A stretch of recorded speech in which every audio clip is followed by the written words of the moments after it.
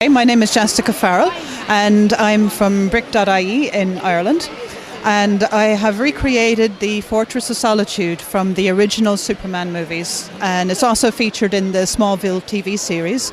And I've always thought that the Fortress of Solitude was a beautiful representation of an otherworldly feature, and it was just crying out to be built in Lego.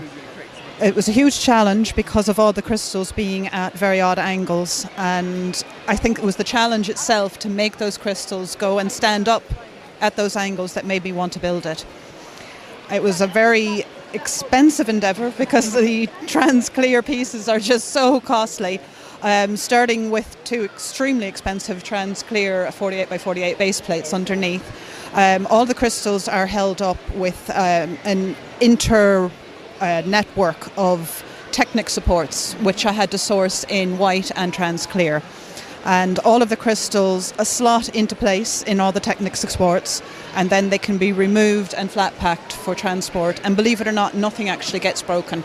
It's all number coded, and every crystal is slotted into its numbered connection. And so it's really tedious to take apart and put back together again, but it pretty much travels perfectly, no problems at all.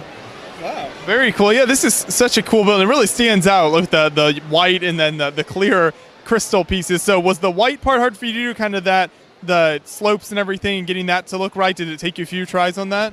I had very little time. I had to go to Lego World in Copenhagen, and I actually had another model booked in place to go to Lego World, and that model sold unexpectedly, and I had 3 weeks in which to replace with something else because the slot was already agreed upon. So it was a big rush job, and so no, I didn't really spend a lot of time at it, except for a lot of late nights. The white was a challenge to do the snow because white is such a single colour, whereas if you're doing, say, any other groundwork, you can mix your colours to create the feel of a natural landscape or contours or whatever. Although I found that using the light aqua really helped in that because it just gave enough of a contrast without standing out too much, and it gave that sort of really frozen ice look. I think what took most of the time was the water, because I wanted to create that really cold, crushed ice sort of feel.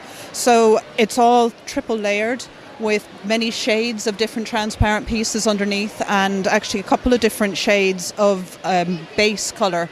And then I used a lot of 1x1s, which made my thumbs extremely sore. And it was just thousands of pieces being swallowed up in the water alone. Yeah, that's a very parts intensive type of building to do the landscape and stuff like that. 18,684 pieces, and yes, I am insane enough to actually count as I build.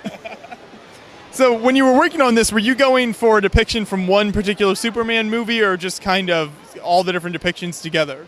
The original Superman with Christopher Reeve, and also the Smallville TV series, those ones together, which I thought was the most beautiful rendition of the fortress.